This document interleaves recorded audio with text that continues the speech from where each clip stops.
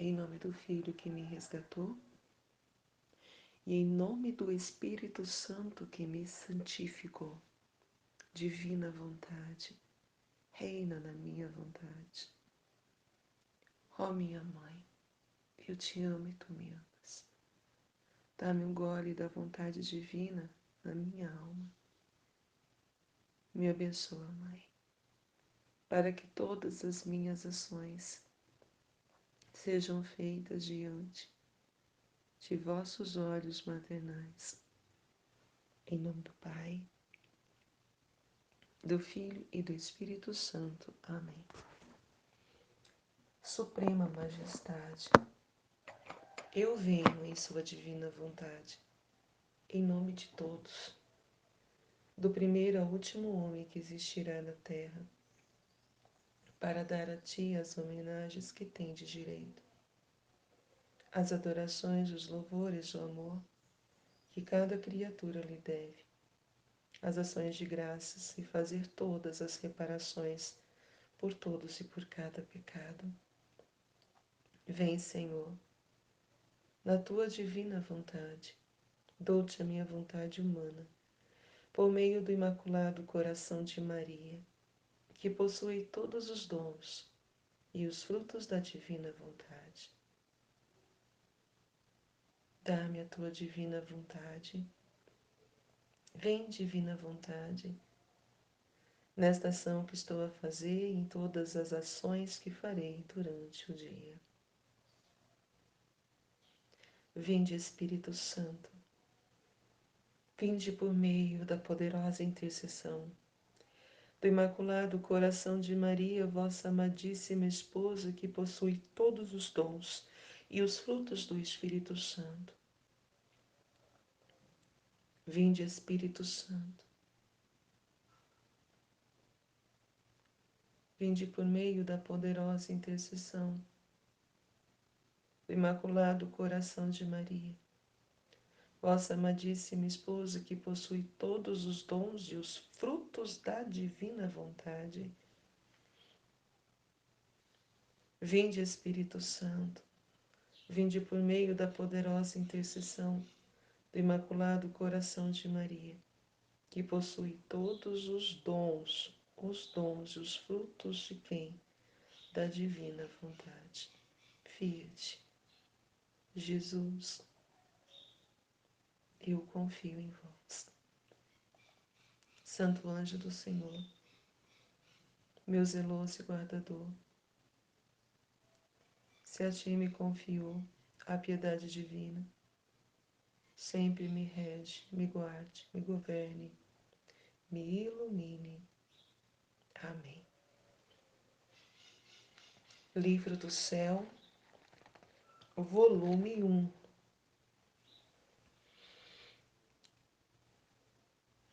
Resumidamente, nesse trecho que eu vou ler,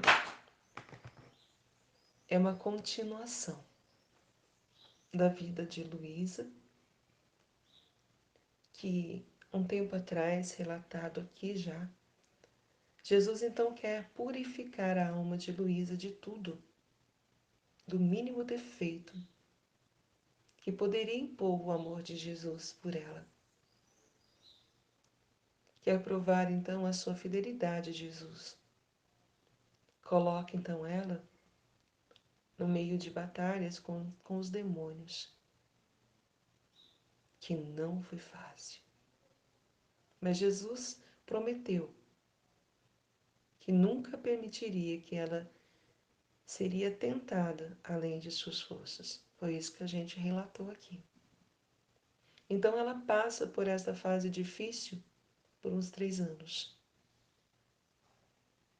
Depois ela teve uma tentação que durou 1 ano e meio com os demônios. Ela deveria ficar grávida de um demônio e depois parir um pequeno demônio.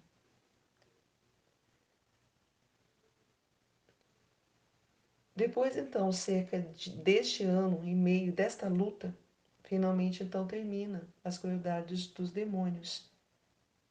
E começa, então, ela uma vida nova. Mas, lógico, os demônios nunca deixaram de incomodar, de vez em quando. Porém, não era tão frequentes mais, nem tão feroz a batalha. E Luísa acostumou a desprezá-los. Mas a vida nova, então, de Luísa começa, então, na casa de campo chamado Torre de Esperata, que já foi relatado aqui também. Então, nessa casa, ela teve um desmaio, começou então aquele estado de petrificação dela, que ela perde os sentidos. E neste estado, então, ela viu então rodeada de muitos inimigos. Ela via que Cristo rodeado de muitos inimigos, que lhe golpeava, que esbofeteava, que cravava os espinhos na cabeça de Jesus, que destroçava as pernas, os braços. E depois de reduzir ele em pedaços, então eles puseram nos braços da Virgem Maria. Então a Virgem Maria tomou Jesus nos seus braços, aproximou dela, chorando, e disse a ela que como Jesus era tratado pelos homens, as horríveis ofensas que cometem dia e noite sem dar trégua. Então ela mostra a Luísa este sofrimento. Então Luísa via todo ensanguentado, todo ferido, despedaçado, reduzido ao estado mortal. O que ela fazia com isso? Ela sentia pena. Ela desejava estar no lugar de Jesus 1000 vezes. Morrer, se fosse preciso, 1000 vezes. E ela se envergonhava destes pequenos sofrimentos que ela tinha. Lógico que não eram, mas em comparação ao que ela via, que permitia que ela visse Jesus, então ela sentia isso muito pequeno. E a Virgem Santíssima, então, acrescenta, chorando para ela. Aproxima, pede que ela se aproxima a beijar a chaga do filho dela. E diz a ela que ela escolhe ela como vítima. Vítima porque muitas pessoas ofendem a Deus. E ela, oferecendo a sofrer o que ele sofre, ela então dará alívio em tanto padecer. E ela pergunta se aceita. Ela, na sua natureza, se sentia aniquilada, indigna, que não queria dizer sim. A natureza dela tremia, ela sentia fraqueza nas pernas,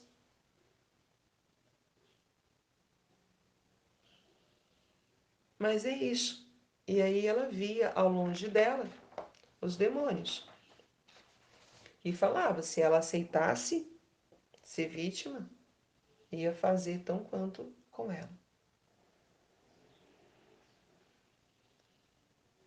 Mas ela venceu isso, porque ela aproximou, beijou as chagas de Jesus, que estavam laceradas, e aí, através de seu beijo, se curava. E Jesus, que parecia morto, começava então a reanimar a vida nova. Isso a gente leu, se não me engano, no áudio anterior. Né? Pelo que eu estou vendo aqui, deixa eu ver, no áudio anterior. Então ela aceita a ser vítima pelas pessoas que ofendem. E aí então, Jesus fala que se ela aceitar também, ela vai ter como ajuda e consolo a mãe dele. E lógico que ela aceitou. E lógico que ela poderia contar com a ajuda e consolo da Virgem Maria. E a Virgem Maria, com certeza, aceitou. Aceitou-a. E aqui no livro do céu fala: eu também ofereci-me todo a ele e a Virgem disposta a fazer o que ele queria. E assim terminou a minha primeira vez. A primeira vez em que ela viu Jesus nesse estado, convidando para ser vítima. Vamos seguir a nossa leitura. Depois de recuperar-me daquele estado, sentia tais penas, tal aniquilamento de mim mesma, que via-me como um miserável verme que não sabia fazer mais que arrastar-se por terra. E dizia ao Senhor: ajuda, tua onipotência me aterroriza. Vejo que se tu não me levantas, meu nada se desfaz e vai dispersar-se. Dá-me o sofrimento, mas rogo-te, dá-me a força, porque me sinto morrer. E assim começou um alternar-se de visitas de Nosso Senhor e de tormentos por parte dos demônios. Quanto mais me resignava, tanto mais aumentava sua raiva. Quanto mais Luísa aceitava ser vítima, mais então os demônios se enfureciam. Porque, lógico, né? Eles não desejavam que Luísa aceitasse. Eles faziam medo para ela.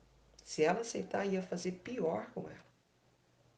Mas ela, confiante no que Jesus falou, nas promessas também dele, a ajuda que teria, o consolo de sua mãe, então ela disse sim. E vendo Jesus naquele estado, como disse ela, como ela dizer não? Ela mesma disse que preferia morrer do que ver aquilo. Aqui tem um título: a vítima inicia a fazer o seu ofício, ligando-se às penas de Jesus Cristo adornado, com a coroa de espinhos, em reparação dos pecados, especialmente a soberba. Começa a inanição de Luísa. Porque até então nós estávamos falando que Luísa contempla novamente Jesus Cristo como na paixão e aceita a condição de vítima. Então ela aceitou a condição de vítima. Agora está falando que esse estado de vítima se inicia a fazer o seu ofício. Ligando a quem? As penas de Jesus Cristo adornado com a coroa de espinhos agora. E essa coroa de espinhos é em reparação dos pecados. Quais pecados? Aqui fala especial de todos os pecados, mas especialmente a soberba. E aí começa então a inanição de Luísa. Ou seja, ela já está vazia, oca, desprovida de qualquer conteúdo. Isso é a inanição procurando pelo Google. Então ela começa o vazio, o seu nada, né? Continuando a ler. Poucos dias depois do que foi dito anteriormente, senti de novo perder os sentidos. Lembro-me. E aqui, antes de continuar a ler, só para a gente ter uma ideia da idade de Luísa. Aqui fala, nesse livro aqui que eu estou lendo, em um caderno intitulado Peripécias de uma Alma que Busca a Perfeição, falando em terceira pessoa, diz que havia abraçado o estado de vítima aos 16 anos. Então, Luísa tinha, quando ela aceitou ser vítima, ela tinha 16 anos. Só para a gente ter uma ideia da idade dela. Pelo menos aqui nesse livro fala. Diz que havia abraçado o estado de vítima aos 16 anos. Vou repetir o que eu acabei de ler antes um pouquinho. Poucos dias depois do que foi dito anteriormente, senti de novo perder os sentidos. Pela segunda vez, então, ela perde os sentidos. Lembro-me que no início, sempre que isso me acontecia, eu achava que poderia deixar a vida. ou seja, quase morta, né? Quando perdi os sentidos, Nosso Senhor voltou a fazer-se ver com uma coroa de espinhos na cabeça, jorrando sangue e dirigindo-se a mim, disse. Então, quando ela perdeu os sentidos, então ela via sempre Jesus. E sempre até então o que eu estou vendo é Jesus, a paixão de Cristo. Aqui mostra então que viu a coroa de espinhos na cabeça, jorrando sangue. E Jesus disse a ela: Filha, vê o que me fazem os homens nestes tristes tempos. É tanta sua soberba que infestaram todo o ar. E é tanta peste que por toda parte se espalha. Espalha tanto que chegou até meu trono no Epíreo. Fazem de tal modo que eles mesmos fecham a si o céu. Os miseráveis não têm olhos para ver a verdade, porque estão ofuscados pelo pecado da soberba, com o cortejo dos demais vícios que levam consigo. Ah, dá-me um alívio. E tão acerbas dores é uma reparação a tantas ofensas que me fazem. A gente não entende, está longe do nosso conhecimento, muitas vezes, que cada sofrimento de Cristo que ele passou na sua paixão era referente a algum pecado, em reparação a algum pecado. Aqui ele está falando sobre esses espinhos na cabeça que estava jorrando sangue, era por causa do pecado da soberba que estava infestando todo o ar. Olha isso, quanta soberba estava tendo neste mundo, naquele tempo em que ela viu Jesus nesse estado. E é tanta peste que por toda parte se espalha, chegando até o trono no céu.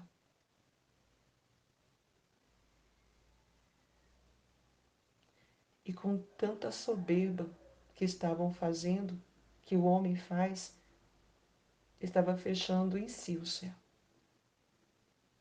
E não tem olhos, a humanidade não tem olhos para ver a verdade porque estão ofuscados pelo pecado da soberba. Cegos. Não só a soberba, mas com o cortejo dos demais vícios que levam consigo. E Jesus, pede a Luísa um alívio dessas dores fortes. E pede a ela uma reparação a tantas ofensas que estão fazendo. Olha a dor de Jesus. Dizendo isto, ele tirou a coroa, que não parecia coroa, mas o novelo inteiro. Assim, nem sequer uma pequena parte da cabeça ficava livre, mas toda ela era atravessada por aqueles espinhos, ou seja, o novelo, podemos dizer que é um capacete, porque nada ficava livre. Jesus tirou aquele novelo, é aquela coroa, né, que fala, para entregar a Luísa. Quando ele tirou a coroa, veio ter comigo e perguntou-me se eu a aceitava. Jesus não vem e coloca na gente. Ele pergunta se a gente aceita. Mesmo ela falando lá que ela queria ser vítima, preferia morrer 1000 vezes do que ver Jesus sofrendo, Jesus aparece com ela, para ela, com aquela coroa de espinhos. Explica o porquê daquela coroa. Tira a sua coroa, oferece ela e pergunta se ela aceita.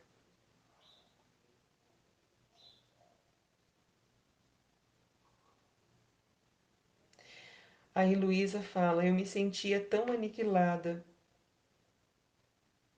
Percebia tais penas pelas ofensas que lhes são feitas, que me fazia destroçar o coração. Ele disse: Senhor, faz de mim o que queirais, o que queiras. E assim o fez, e a introduziu sobre minha cabeça e desapareceu. Como a gente leu um pouquinho antes, falava que Luísa tinha 16 anos. Eu vi a Luísa no vídeo 28, vídeo 28 que eu tô falando que ela tinha entre 13 e 14, na adolescência, né? Mas só para deixar aqui, porque aqui nesse livro fala 16 anos ela tinha. Menina nova. Meu Deus.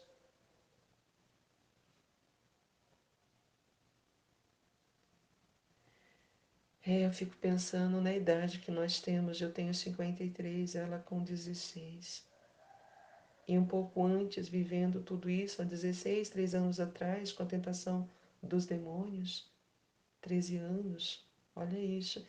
Essa adolescência dela. Como ela viveu santamente isso, né? A sua infância. Jesus preparando ela desde toda a eternidade, né? Porque Deus é Deus. Ele sabia que essa filha da divina vontade um dia viria. E ele a cuidou de muito, muito, muito de Luísa. Mas esse cuidado também visa também muitos sofrimentos. Imagina essa menina com tudo que ela passou e agora sendo vítima, sofrendo as dores de Jesus em reparação das ofensas. Hoje falando desse capacete, dessa coroa, que é em reparação ao pecado da soberba.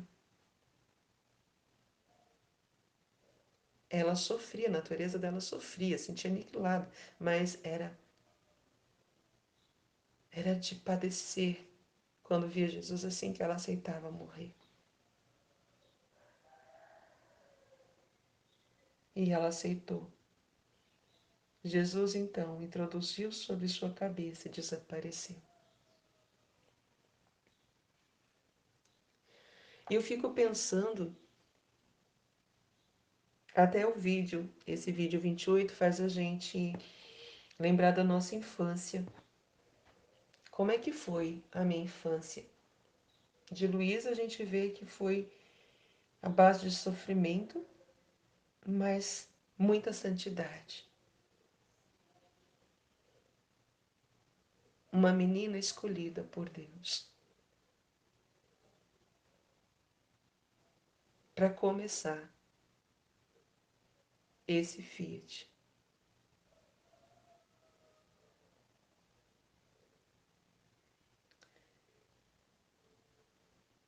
Luísa é cabeça de missão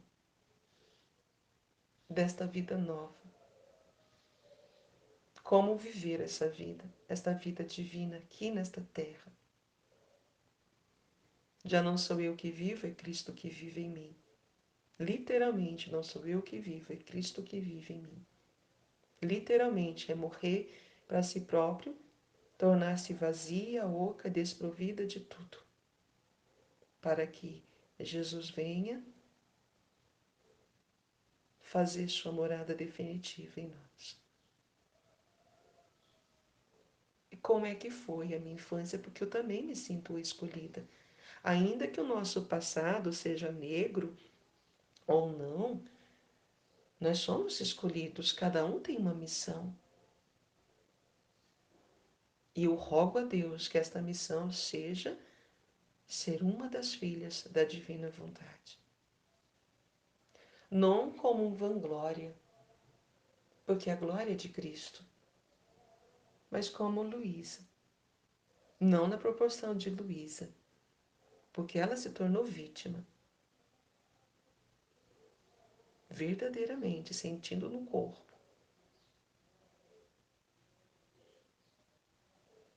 mas ao mesmo tempo nós somos vítimas porque é Jesus que vive em nós. É a vida de Jesus vivendo em nós. E a vítima perfeita minha é a entrega da minha vontade.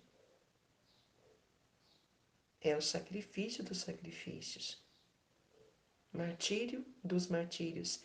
Entregar a minha vontade humana por amor a Jesus, para que Ele possa fazer o melhor para esta humanidade. E que todos os meus atos, ainda que seja insignificante aos meus olhos, aos olhos do mundo, eles se tornam grandiosos para Deus, mover-se céus e terra. É como Jesus me disse, os meus atos são gotas no oceano, nesse reino da divina vontade, e que faz toda a diferença para a transformação do homem, do passado, do presente e do futuro. E como foi esta minha infância? Eu vou tentar puxar um pouco, para ver também aí, não só os defeitos, mas ver o quanto Deus me cercou para eu chegar aqui, nesse dia. E a cada lembrança que você vai vendo é uma forma de gratidão, ao passo que eu estou falando, de louvor a Deus, por Ele ter me ajudado tanto.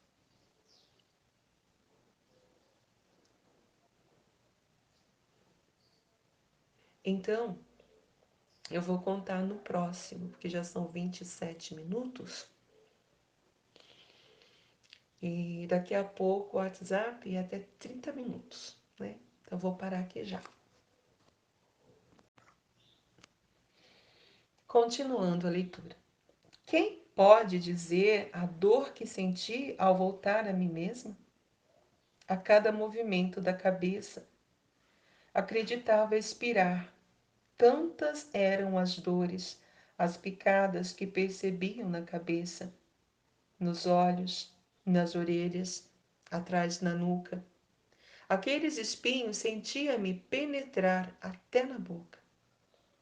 E essa se apertava de tal modo que não podia abri-la para tomar o alimento.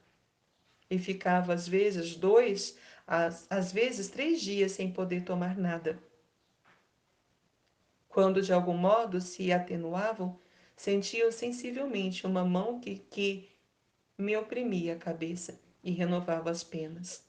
E às vezes eram tantas as dores que perdia os sentidos.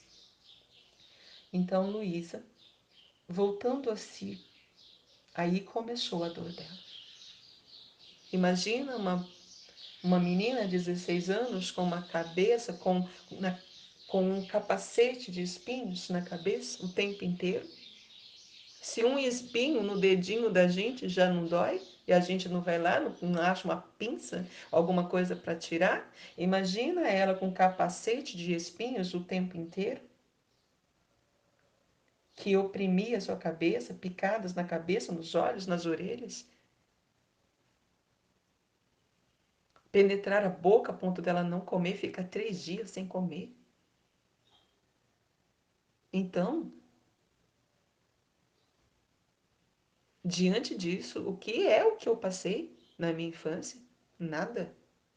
Diante de Luísa mesmo, as dores de Luísa, sentindo as dores de Jesus.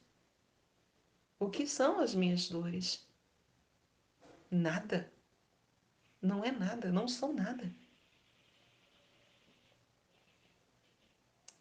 No início, isso acontecia alguns dias, sim, e outros não. De vez em quando se repetiam 3 ou 4 vezes ao dia.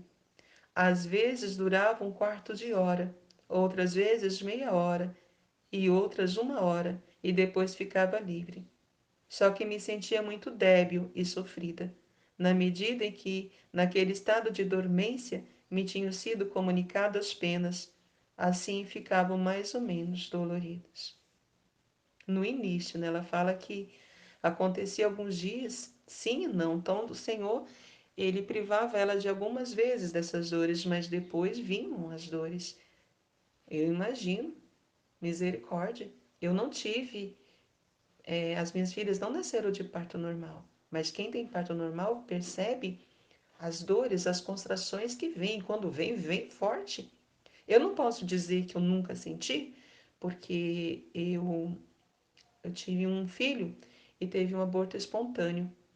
E para fazer a limpeza, expulsar o feto que já tinha morrido, então o médico me deu um remédio e eu tinha essas contrações para ser expelida, era como se fosse um parto. Então eu imagino a dor.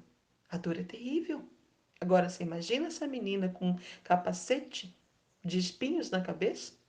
Ainda que essas dores viessem a meia hora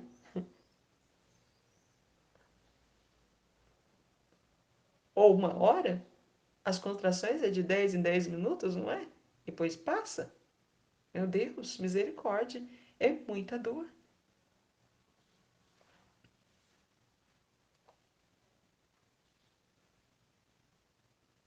Lembro-me também como, algumas vezes, pelos sofrimentos da cabeça, como disse acima, não podia abrir a boca para tomar o alimento. E como a família sabia que não tinha vontade de estar no campo, aqui no rodapé 24, né, fala assim: o motivo foi que Luísa não pôde assistir à missa durante os meses de sua estada no campo.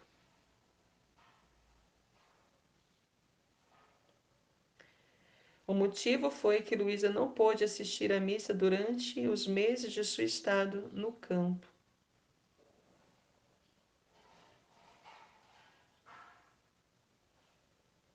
Então ela sofria muito e está falando da boca, né, que ela não conseguia tomar o alimento. E se ela não estava bem, como é que ela ia para assistir à missa? Quando viam que não comia, atribuíam-no a um capricho meu. Então, aqui mostra que a família não estava nem sabendo o que estava acontecendo com Luísa. Achava que era um capricho dela não querer comer. Até isso ela passava. Ninguém sabia o que estava passando com ela. Mas não era capricho dela, né? Era capricho de Jesus. E naturalmente se zangavam. Imagina ele se zangando, a família zangando-se com Luísa, achando que era capricho dela. Além das dores que ela estava sofrendo por causa do capacete, a coroa de espinhos que ela estava, ainda ela aguentava também as pessoas falando na cabeça dela, na orelha dela. Se inquietavam e me repreendiam. Você imagina que dor. Eu li no Diário de Santa Faustina que fala que a gente até tem pecado maior quando a gente vê que alguém não está passando bem e a gente aglomera mais fardos naquela pessoa. Na realidade, eles mesmos sem saber que estavam fazendo isso, porque eles não sabiam o que estava acontecendo com Luísa, Luísa naquele sofrimento não comia por quê? Porque os espinhos, ela sentia perfurar a boca dela, sentia dor para tudo que é lado. Aí fala dos olhos, dos ouvidos, da boca. E mesmo ela com tanta essa dor ainda, ela tinha que aguentar ainda a família dela que não estava sabendo do acontecimento, né? Por isso não é pecado, porque não sabiam. Achava que era capricho dela. Mas também não sei se perguntava. Ela também não queria falar, né? Então eles naturalmente, isso é naturalmente se zangavam e se inquietavam e repreendiam a Luísa. Minha natureza queria ressentir-se disto, porque via que não era verdade que eles diziam, mas o Senhor não queria este ressentimento. E eis como aconteceu. Então ela até ia falar, ela não gostava dessas atitudes deles, mas não era isso que o Senhor também queria. Não queria também que ela ficasse ressentida por isso. Porque na realidade também é uma permissão de Deus. Porque na realidade eles não sabiam de nada que estava acontecendo com ela. Então, natural, que nem que fala, é se zangar, é ficar inquieto, é repreender. Por quê? Pela bondade, querendo que a menina coma, para que a menina não se enfraqueça, né?